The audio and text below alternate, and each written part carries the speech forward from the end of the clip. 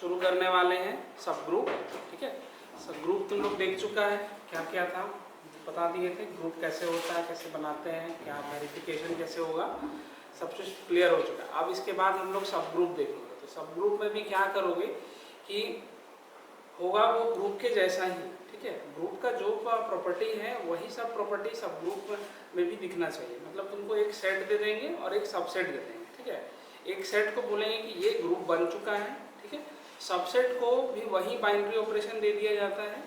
फिर उसके बाद हम लोग ये बताने की कोशिश करते हैं उसी बाइनरी ऑपरेशन के रिस्पेक्ट में अगर वो ग्रुप फॉर्म कर देता है तो उस केस में उस छोटे से सबसेट को भी सब ग्रुप है। ठीक है, इट मीन्स जैसे सेट के बाद सबसेट होता है ठीक उसी तरह से ग्रुप के बाद सब ग्रुप होता है।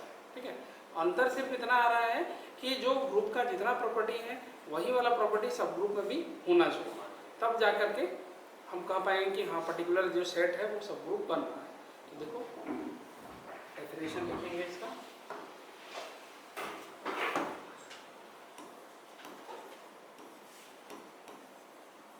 सब group let G star b a group. ठीक है, सपोज दैट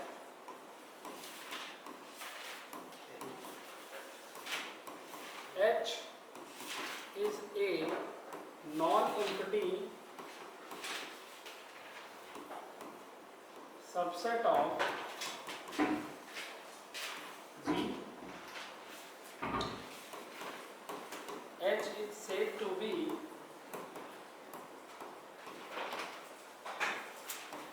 subgroup of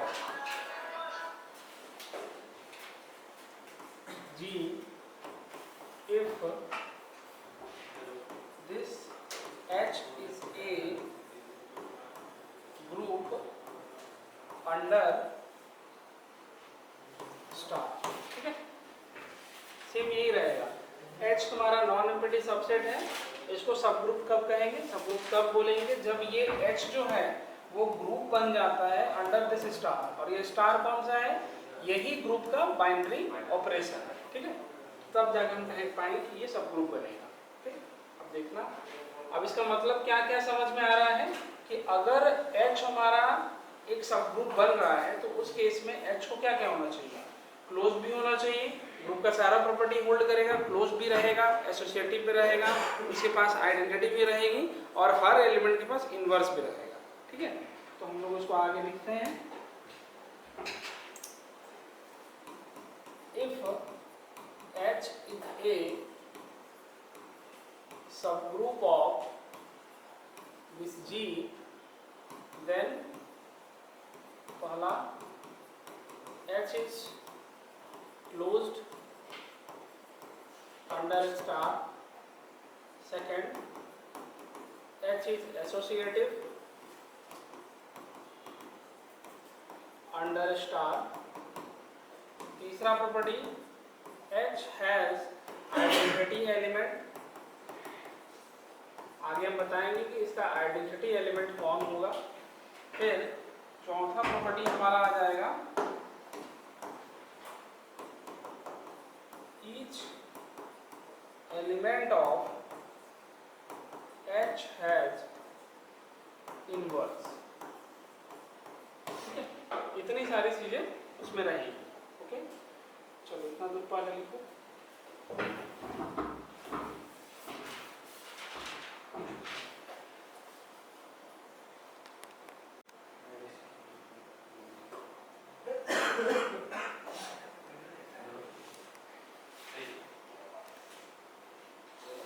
देखो नेक्स्ट सब ग्रुप के बाद जो डेफिनेशन था वो तो क्लियर हो चुका। ठीक है, अब यहाँ से देखना कि सब ग्रुप को डिनोट कैसे किया जाता है।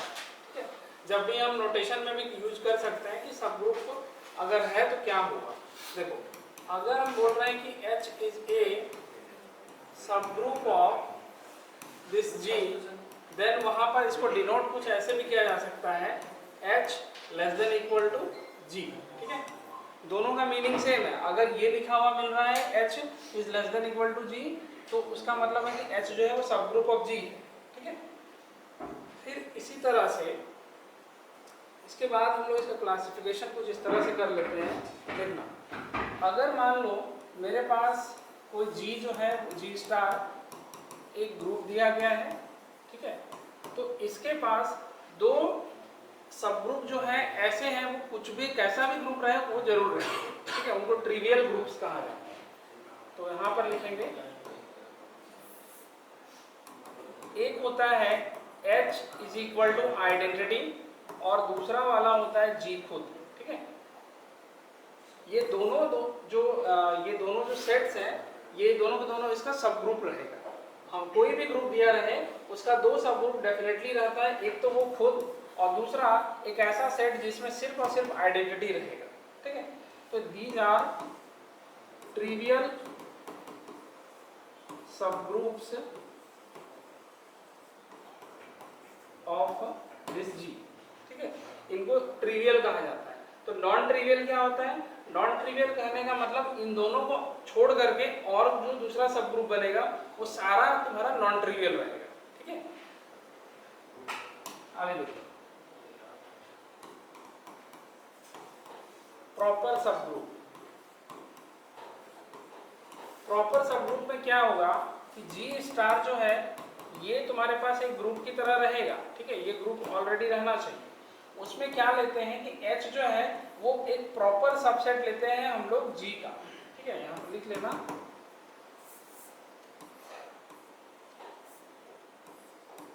H is a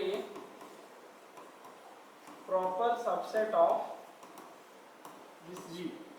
अगर प्रॉपर सबसेट हुआ तो उस केस में H जो हो जाए, अगर H ग्रुप फॉर्म करता है तब उस केस में कहेंगे H is a proper subgroup of G।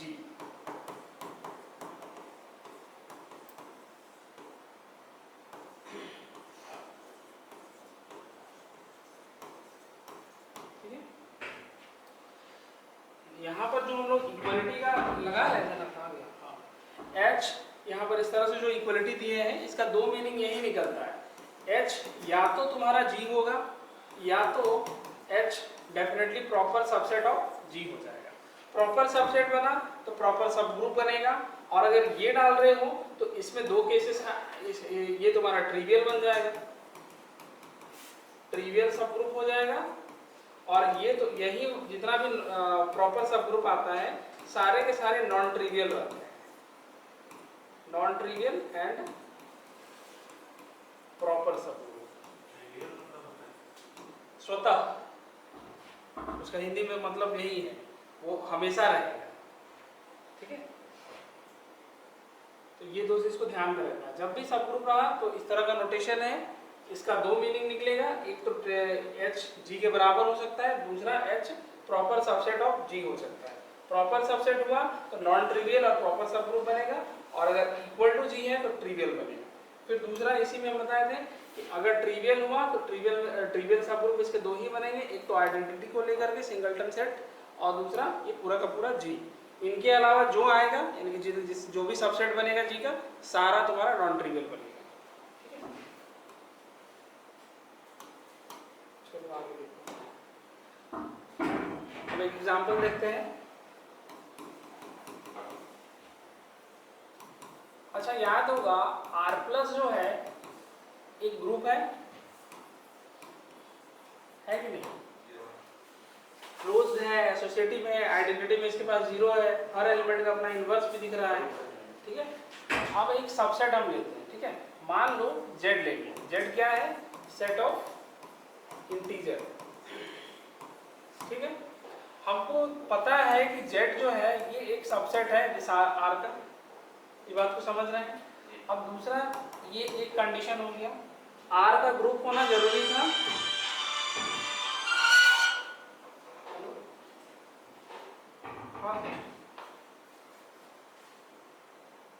हाँ, इसके बाद आगे हो गया, ठीक है।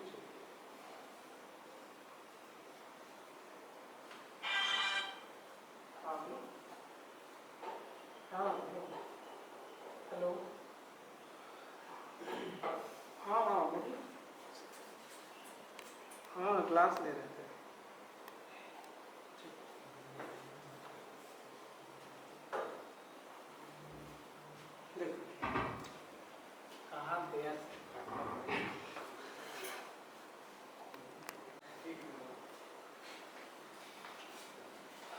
देखो आर जो है वो तुम्हारा प्लस के रिस्पेक्ट में तो ग्रुप फॉर्म कर गया था, ठीक है। जेड एक सेट ऑफ इंटीजर ले लिए, ये पहला चीज समझ में आ गया कि जेड आर का सबसेट है, ठीक है। अब दूसरा चीज देखना होगा कि सब ग्रुप बनाने के लिए क्या पढ़ रहे हैं डेफिनेशन में, जो ऑपरेशन हम यहाँ लगा रहे हैं उसी ऑपरेशन के रिस्पेक्ट में इस वाले सेट को ग्रुप बनना चाहिए, ठीक है। मतलब हमको चेक करना है कि जो जेड है वो प्लस के रिस्पेक्ट में इज ए ग्रुप, ये चीज चेक करना है, ठीक है। तो फिर ये याद होना चाहिए कि प्लस के रिस्पेक्ट में जेड जो होता है क्लोज्ड होता है। कोई भी दो इंटीजर को ऐड करेंगे इंटीजर बनेगा। फिर दूसरा एसोसिएटिव भी हम लोग देख चुके थे, अगर a plus b plus c कर दें ये value a plus b plus c this is equal to a plus b plus c के बराबर होगा, ठीक है। नेक्स्ट आइडेंटिटी की जब बात कर रहे हैं तो याद होगा कि a में अगर हम जीरो को जोड़ दें a मिल रहा था, मतलब जीरो आइडेंटिटी की तरह काम कर दिया। अब इनवर्स निकालने के लिए बताए थे कि a में हम क्या चीज ऐड कर दें सो दैट इधर जीरो मिले, तो माइनस a ही एक चॉइस था हमारे पास, तो a का जो इनवर्स है वो माइनस a हो गया प्लस के रिस्पेक्ट में, ठीक है। तो ये सारा प्रॉपर्टी तो जेड में दिख ही गया, क्लोज्ड हुआ, एसोसिएटिव हुआ, आइडेंटिटी मिला, इनवर्स मिला, तो क्लियरली दिख रहा है कि जेड जो है वो प्लस के रिस्पेक्ट में ग्रुप फॉर्म कर जाएगा। अब अगर ग्रुप फॉर्म करेगा तो यहाँ पर हम कह सकते हैं कि जो जेड है वो जेड इज ए सब ग्रुप ऑफ दिस आर, होगा ये, ठीक है। ग्रुप है, ये ग्रुप का सारा प्रॉपर्टी प्लस के रिस्पेक्ट में होल्ड किया, इसी वजह से इसको सब ग्रुप बता पा रहे हैं। नहीं होल्ड करता तो नहीं बोलते, ठीक है। तो इसमें अच्छा इसमें आपको एक चीज बताना, आर ही रख रहे हैं, ठीक है। मेन ग्रुप है आर प्लस, क्यू जो है वो सेट ऑफ रैशनल नंबर है, सबसेट ऑफ आर भी है, ठीक है। अब एक चीज ये बताओ कि क्यू जो है वो प्लस के रिस्पेक्ट में इज ए ग्रुप और नॉट, चेक करो।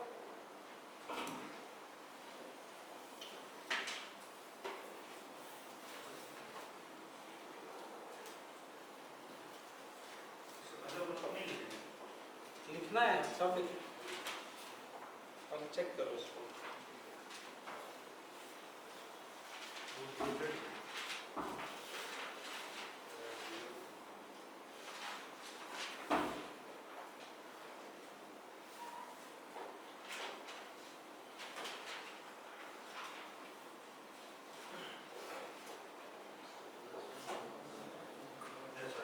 है ना, Q जो होगा वो प्लस के रिस्पेक्ट में एक ग्रुप बन जाएगा। यहाँ पर आइडेंटिटी तुम लोग देख रहे हो जीरो मिल रहा है, और जो भी एलिमेंट ले रहे हैं उसका इनवर्स माइनस ए टाइप में ही आया था, ठीक है। इसका मतलब हो गया कि ये एक सब ग्रुप बनेगा, ओके। अच्छा इसी में हमको ये बताना कि अगर हम मेन ग्रुप के तौर पे Q प्लस को ले लें, मान लो मेन ग्रुप में हम ले लिए Q प्लस, अब इसी में पूछ रहे हैं कि Z जो है क्या Z हमारा सब ग्रुप ऑफ Q बनेगा, चेक करो। उसी तरह से पहला क्राइटेरिया रहता है कि Z को सबसेट होना है इस Q का, वो तो होगा ना, ये तो रैशनल है तो उसका सबसेट तो डेफिनेटली बनेगा ही, हर इंटीजर जो होता है एक रैशनल नंबर है, तो ये हो गया, समझ में आ गया। दूसरा चीज देख रहे हैं कि Z जो है वो प्लस के रिस्पेक्ट में अभी चेक किए कि ग्रुप बन रहा था, ठीक है। तो इसका मतलब हो गया कि जो हम लोग ये सोच रहे हैं Z सब ग्रुप ऑफ Q वो डेफिनेटली हो जाएगा, ठीक है। यहाँ से हम लोग क्या क्या पता चला, R अगर ग्रुप है तो उसका सब ग्रुप Z भी बन रहा था, Q भी बन रहा था, तो इस सभी को मिला करके हम लोग कुछ ऐसे बता सकते हैं कि सिंस, देखना इस पूरा साइकिल को ध्यान से देखना, Z जो है वो सबसेट है इस Q का, और Q जो है वो सबसेट है R का, ठीक है। तो इन सब को मिला करके एक बात हम बोल सकते हैं कि Z इज ए, अच्छा ऑपरेशन तो बताना पड़ेगा, लेट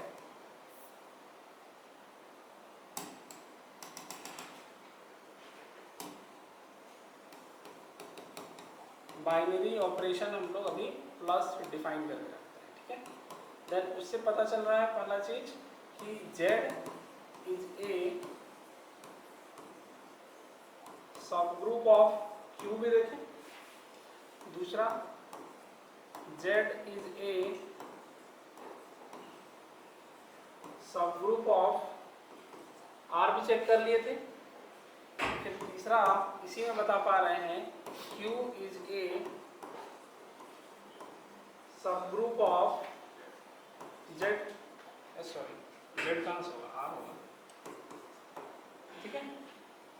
ये तीनों चीज समझ में आ गया। अब इसमें हमको एक चीज बताना, क्या ये पॉसिबल है कि Q इज ए सब ग्रुप ऑफ Z?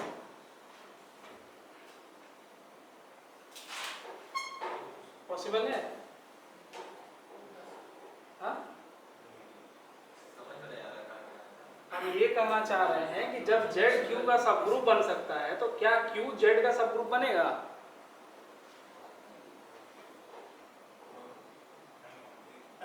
नहीं होगा, क्योंकि जो डेफिनेशन हम लोग क्या पढ़े थे, देखो आ गया। हाँ, पहला चीज लिख रहे हैं कि H is a non empty subset of this G। G का सबसेट होना चाहिए तब जाके बोल सकते हैं। ये पहला क्राइटेरिया तो यही है कि सबसेट रहेगा तब ना कुछ बोलोगे वहां पर। तो अब यहाँ पर लिख रहे हैं कि Z Q का सबसेट है, बट कभी भी हम ये नहीं कह सकते हैं Q तुम्हारा Z का सबसेट हो जाएगा, या R जो है सबसेट ऑफ Z बने, या R जो है सबसेट ऑफ Q बने। ये कभी पॉसिबल ही नहीं था। इसी वजह से Z सब ग्रुप होगा Q का, बट उसका ऑपोजिट पॉसिबल कभी नहीं होगा। R सब ग्रुप होगा R का, बट R सब ग्रुप ऑफ Q पॉसिबल नहीं है। उसका रीजन ये है कि ये सबसेट वाला क्राइटेरिया पहले फेल करेगा, ठीक है। तो चलो सारा एग्जांपल लिखो।